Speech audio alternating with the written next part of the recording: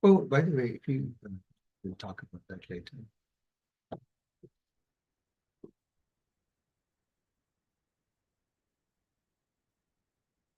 All right, guys, welcome to today's session. We are going to talk about computer vision as preparation for our visual language understanding session the next time. So what is it? And this words, the traditional word, computer vision, what is this relationship to visual language understanding?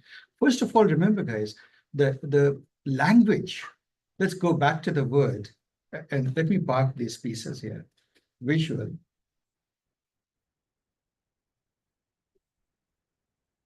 language. And this, am I sharing my screen? Yes, I am. Okay. Visual language understanding. So let's focus on that. You realize that transformers have the ability to understand textual languages, right? And that was in a way, a big shift from just language processing, natural language processing. People distinguish that from natural language understanding.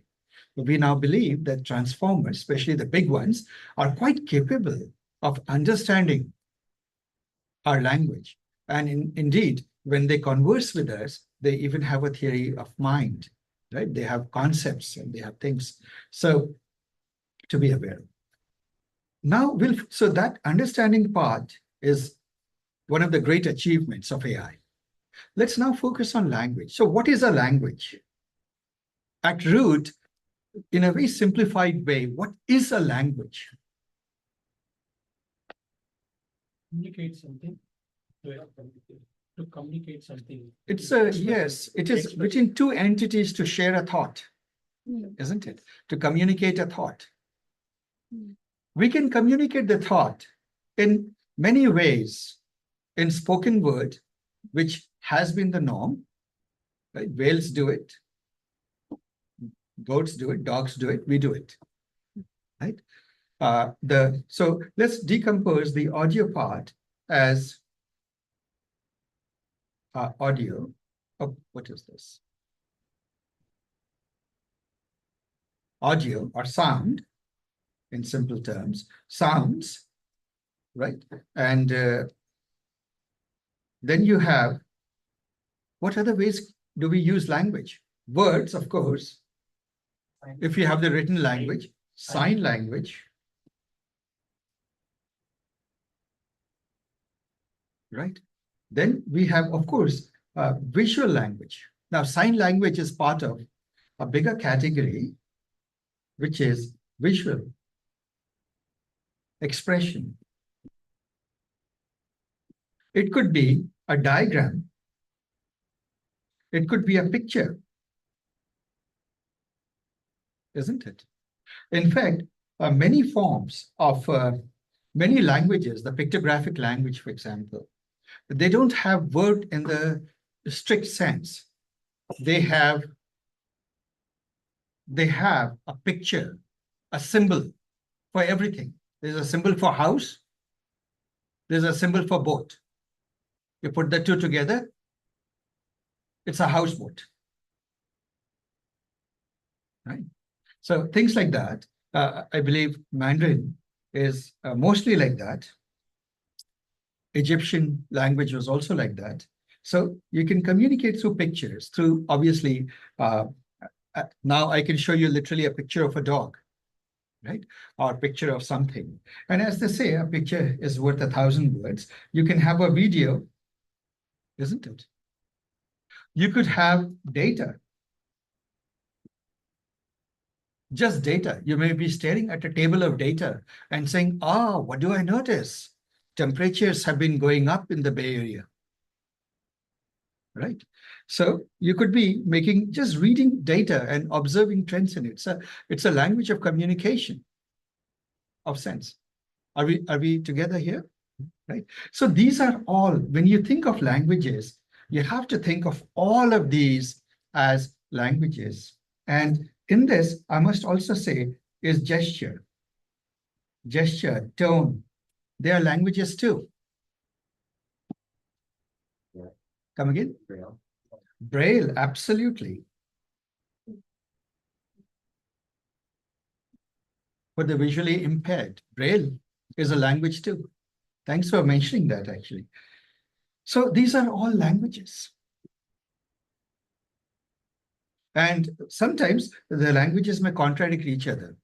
Like, for example, politicians do it, right? Yes. I say that is true. I agree with that. So When we said they ask us, is it an Indian yes? When we say yes, like we say yes. Yeah. What we say? yes, that's right. So anyway, these are all forms. And one of the things we are doing is, let's go line the line. So far, we have been primarily focused on words, isn't it? We thought of language and words because words we know how to create embeddings out of, isn't it? But what about audio? What about pictures? What about sign language, diagrams, videos? But more importantly, what about gesture, tone? A Braille is a language, so it would come under the category of words itself, right? Could do that. So the question is, why would we want to pick up a machine or build a machine that is capable of conversing in all these modalities? So these are called modalities, right? Why would we want a multimodal language model? What is a language model? Language model is the machine that understands your language, or more strictly speaking, it is the internal understanding the machine has of what was said, what was written. Why would you want a multimodal model? Because often, this is particularly true when you watch a movie or watch a video. What happens is it takes together the sound and the visual inform what is happening, isn't it? Communicate to you what is happening, isn't it? So, for example, I have a video that shows, for example, think of a cooking video. The Q&A videos are very, very common on YouTube. This is the way you would make something. Let's say you would make teriyaki, right? So the person is saying, first you take this much of vegetables and this much of sauce. If only words are focused on, what would happen? Do you think you have conveyed to the other person how to make teriyaki? You have not. Along with it has to be a the visualization, the picture of this bowl, big bowl, and this tiny little amount of sauce. They have to be communicated, concurrently communicated, isn't it? And understood. Am I making sense?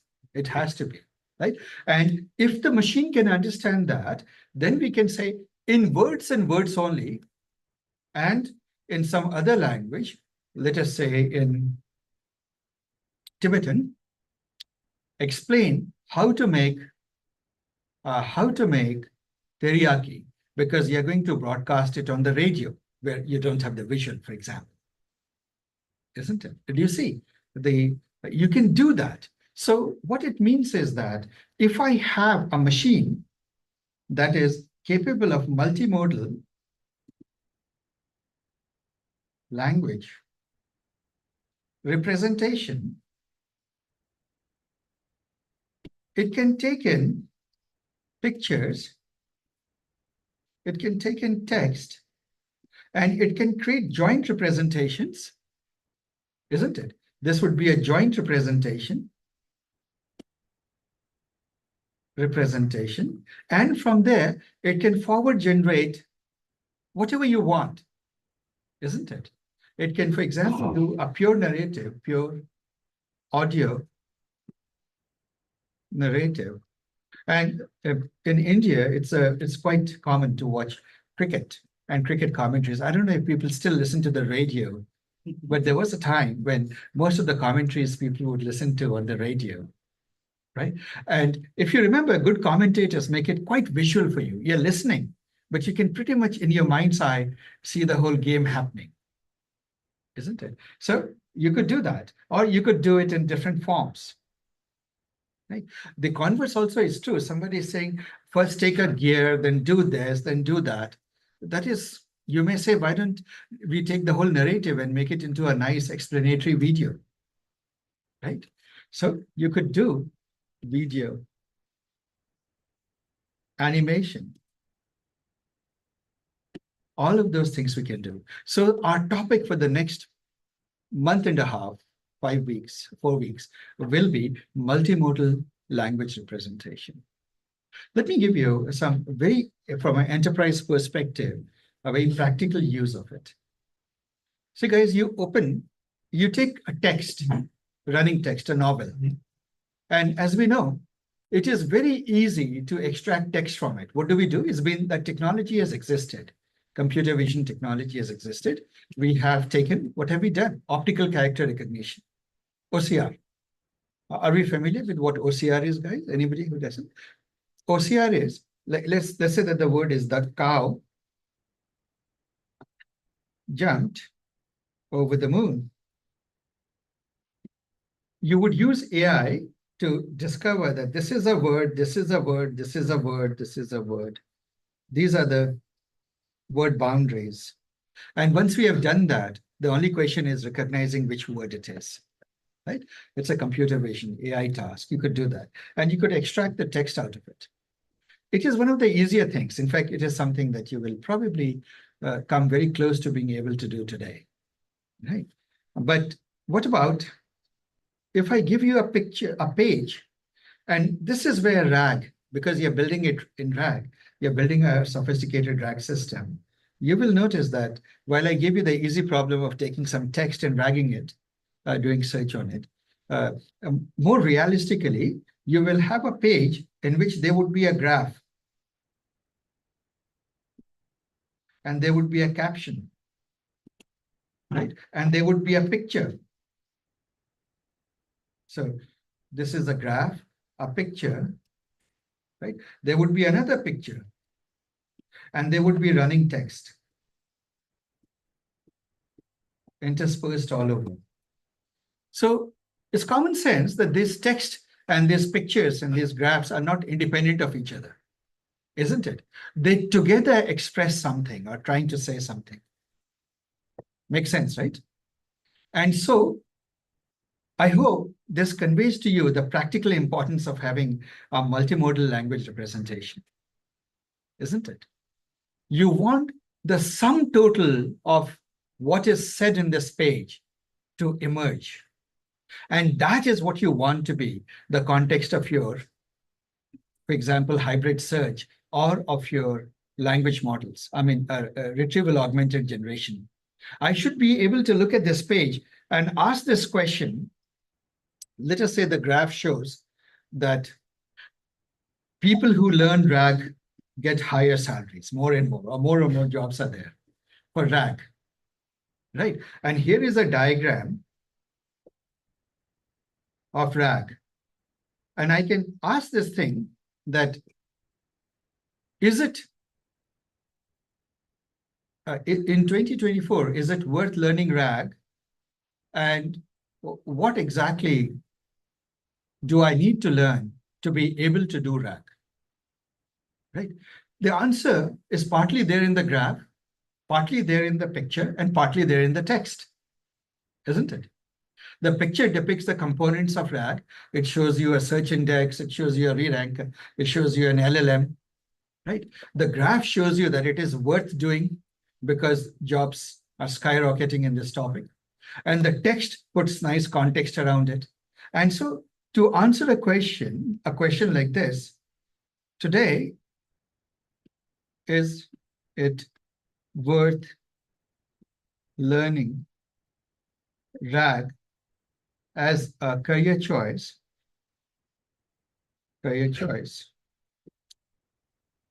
What really is RAG? What parts what are its parts? See, I asked a question that we have gotten used to. To answer this question, not only you have to find the right pages in the book, but you have to have a joint understanding of the page. Do you think it can be done? At this moment, from what you have learned in RAG so far, can you do it so far? We haven't done, but we can try the keep doing this. Yeah. So, yeah, without the graph, without the diagram, the picture, the graph, the plot, you could do it. It's like saying, I can make a perfectly good sambar, just don't have lentil. Lentils are missing. It becomes a rasam then. Right. Right. So you can't. Right. So you have only parts of the puzzle. So I hope I'm giving you a bridge of where you are currently to where we are going in the coming month. You see the importance of it. Right? Are we clear today? So that's what we are going to do. So we'll start with basics. We'll first ask, what is computer vision? So we'll step back. Today, we won't do any natural language understanding or any visual language understanding, but we'll lay the basic foundation. How does a machine recognize, understand an image? Are we together? A very basic thing. So we will deal with two topics. So for the topic today is computer vision. Let's frame it in practical things. What are some of the things we can do? We can use it for example, image classification in computer vision, image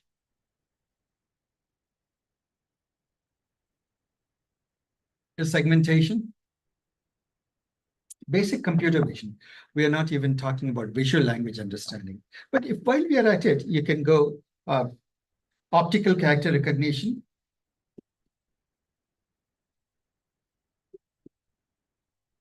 This is, for example, how traditionally books are digitized.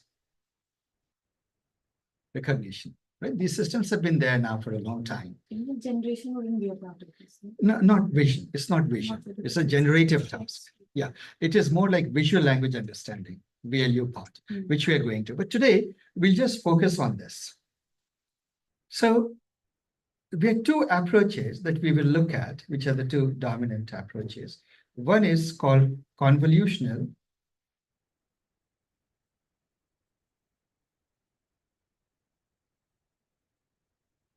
neural networks, and the other is a transformer-based approach.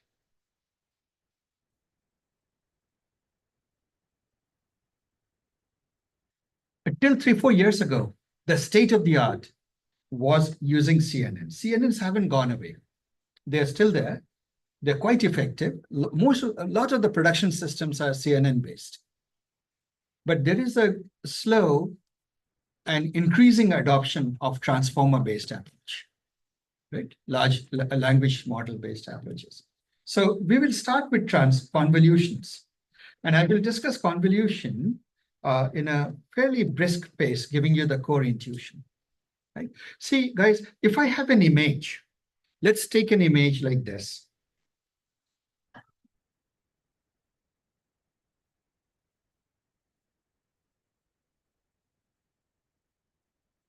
Right? I have an image of, let's say, something, right? And I say, tell me, is it a cat or dog? This is a question that a machine needs to answer. Input is an image. Output is, you have to label it. Is it a cat or dog? So in machine learning, this is a problem of what? Clustering, regression, or classification? Classification. It's a classification thing. What you need to do is, first of all, consider this image somehow as an input, but all inputs are vectors. So we need to vectorize this image, this picture, this JPEG file somehow, right? And convert it to a vector. And then we have to ask this question. What is the probability of a cat given X what is the probability of a dog given X, given this image? That's the question we are asking, isn't it? Right. So guys, this notation, should I explain what this notation is? Let me explain this notation. Anybody wants me to explain this notation? Are you familiar with it? You're familiar with it? Yeah, okay, good. So it is conditional probability. Given the image, what's the probability it's a cat? Given the image, what's the probability it's a dog? Whichever is the higher probability, you will give that as your answer, isn't it? Now, how do you, so the question therefore is, we need to first vectorize, so two tasks, two steps. One, vectorize. Two, model, right? Builder. This is how you may think. Now you may say, well, that's easy. A picture is built up of pixels, isn't it? So for simplicity, so just for simplicity, imagine black and white. BNW, right? Black and white. So what is, if I give you a picture, I can divide it into its constituent pixels. What is each pixel? Value. It is a value. It is a value. Each pixel is a value belonging to the set 0 to 255, right? Let's say you're doing this. Now, 255, traditionally, this you can scale. If you want, you can scale it. Scale, divided by 255 if you want. It will become between 0 and 1. Isn't it? From 0 and 1, right? So you can scale. It's always good to scale it. Right? Machines, remember, most algorithms, they work well with small numbers. They don't work well with large numbers, large inputs. So it's always a good idea to scale the inputs. So, Asif, can I ask a quick question? Definitely, please do. So, when we have, like for example, we will have the search corpus, right? One second, hold on your thought. I need to fix the audio settings. People are not able to hear you. Here, it's coming.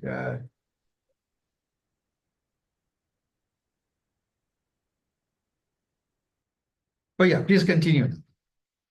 So, Asif, I think when we have a picture can have a focus of an object with a lot of blurred background information, correct? Right. And when we have the search corpus can be just a picture, like for example, if there's a picture database of all of my pictures, in some I might have a close-up, in some, I might take a much bigger scenic picture with me in the background, things like that.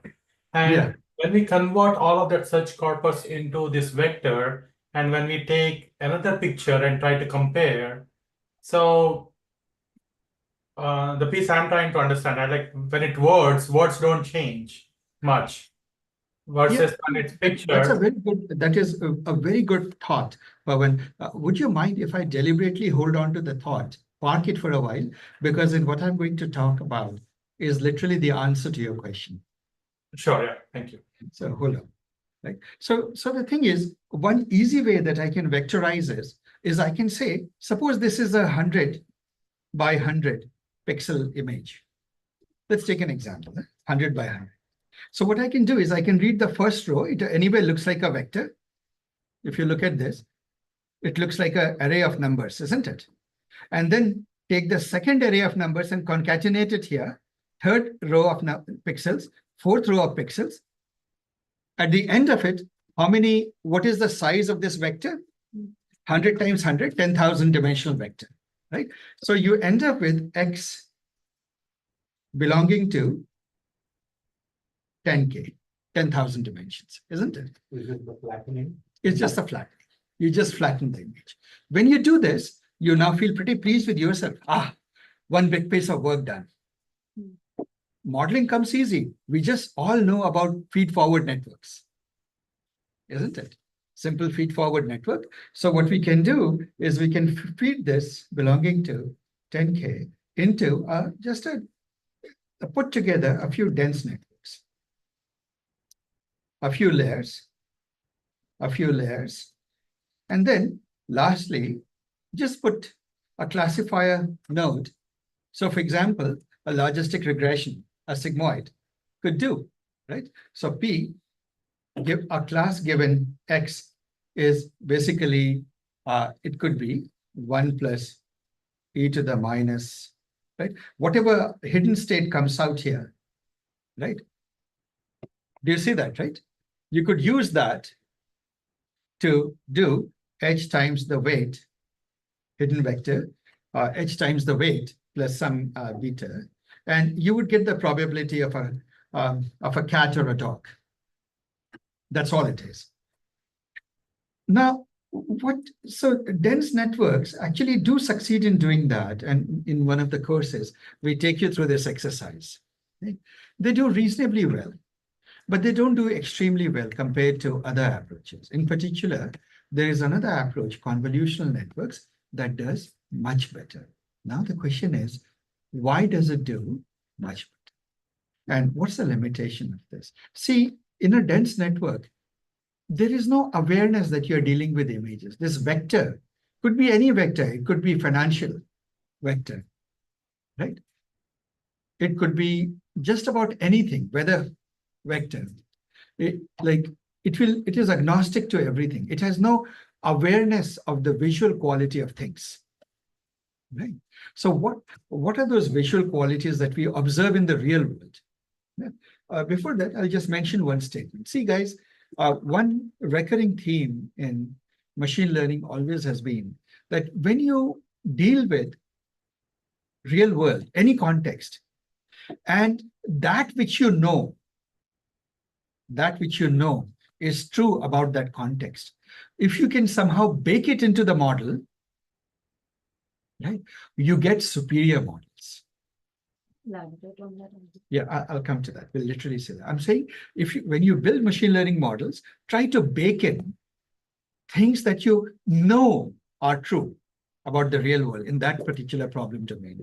And to bake it in has a formal word. You say, you force an inductive bias into the model. More mathematical way of saying it, but common sense way of saying it. What does it mean for images? See, guys, if I'm looking at the eye of the cat, would you agree that in the retina, in the iris of the cat, a pixel and the neighboring pixel are interrelated? They together form the iris of the cat. Would you agree? Yeah. So the meaning, or these pixels are jointly creating that circle. So locality gives meaning, isn't it? There's local structure there, locality of structure. So one is locality. So real life observations, locality of structure. Local pixels are related, are likely to be very related, isn't it? In fact, given if you know let's say that you are at this point, imagine that you know every pixel except where I put the X. Can you, to a high probability, infer what X would be?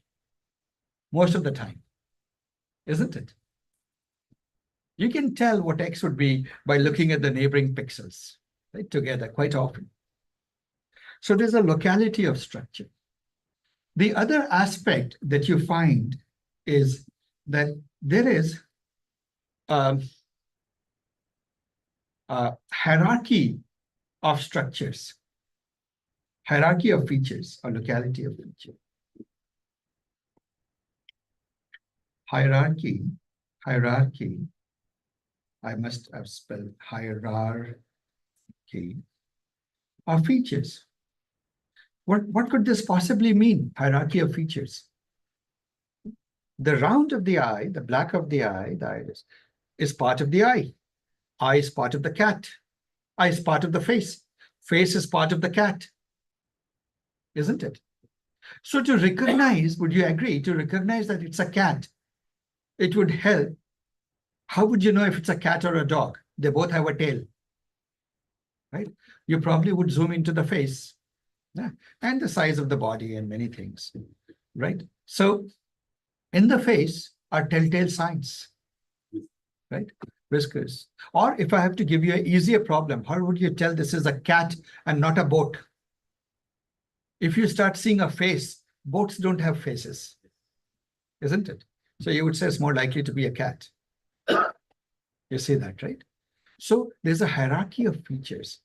You would agree that if you start in the small, start observing two eyes and a nose and whiskers, it becomes much easier to recognize the outer face that contains it, isn't it? And where that face is.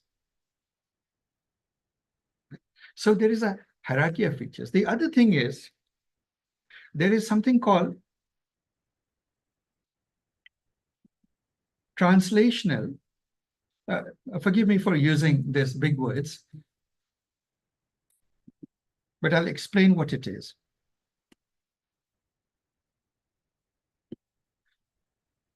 There should be a translational equivariance. So think about it like this. One easy way that I can communicate is, you know, the metaphor of Plato's cave. Do we know what that is? Imagine that you can only look at the wall of the cave, right? And there's a fire. And some figures are walking in front of the fire, but they're behind you. But as they walk in front of the fire, they're casting a shadow on the wall, right? So this is an old problem. Plato discussed it. It's a representational problem. If all you can see are the representations, the shadows of people on the wall, right? But you know that those shadows, those representations they belong to people behind you, right? Most of us, when we see shadows dancing on a wall, we don't infer that those shadows are things of their own existence. We always assume they belong to the guy walking behind us, isn't it? So the same thing we do want. So if you consider your neural network to understand images, whatever representation it creates internally, the way it understands, it should have translation equivariance. Means this guy walks from here to here. So in your internal representation, this thing should move. The cat should move accordingly, isn't it? There should be that, right? And it should have also the feature that so in other words, where the cat is doesn't matter, it's still a cat. Would you consider it to be a dog simply because the cat moved from the top of the image to the bottom left, top right, top left to bottom right? Or because it rotated, a rotated cat, upside down cat is still a cat, isn't it? And this is a question, Pawan, that I'm coming to when I was talking about inductive bias. These are qualities of real life. And so any architecture, any model that you want to create, you would want it to somehow not only respect these things, but actually benefit from these things. Use these things to create much better models for the tasks, segmentation, classification, whatever it is, isn't it? So what you do is you're looking for a structure, a neural architecture in the world of neural networks, that respects these, into which you can induce these biases, right? It will have a bias for locality of features, hierarchy of features, in understanding, is it a cat or a dog, right? And it will have a translation equivariance. And a few more things, just because I change the brightness of the picture, will a cat become a dog if I just slightly perturb the brightness? It doesn't, right? So you also want some level of insensitivity,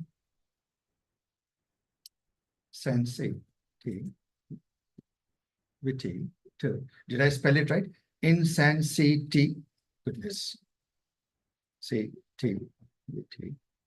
Two. Small perturbations. You want it to be somewhat insensitive to small perturbations. Those would all be good things to have. This is your inductive, what we will call it is the inductive bias in your neural architecture, right?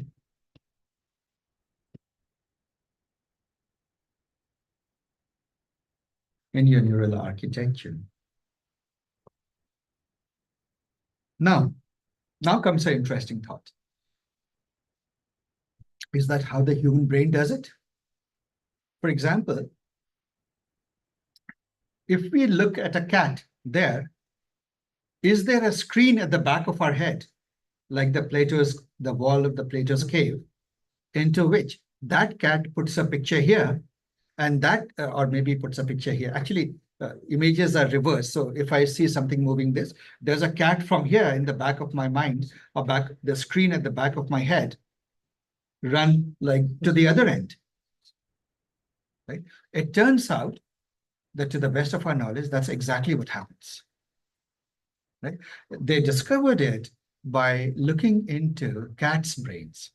And it is the receptive field. What they found is that when the cat looks at the external world, right, it is almost as though in the brain, simplifying metaphor is in the brain, there are different areas of the brain that act literally as the screen.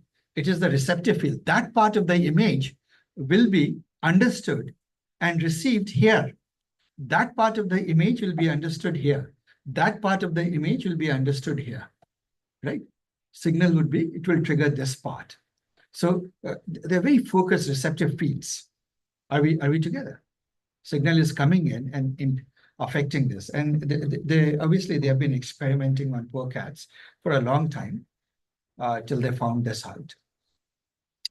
So the question was, let's have a neural architecture that sort of benefits from these inductive biases and the way the receptive field of a cat's brain, the receptive field is there, right? That neural architecture is the convolutional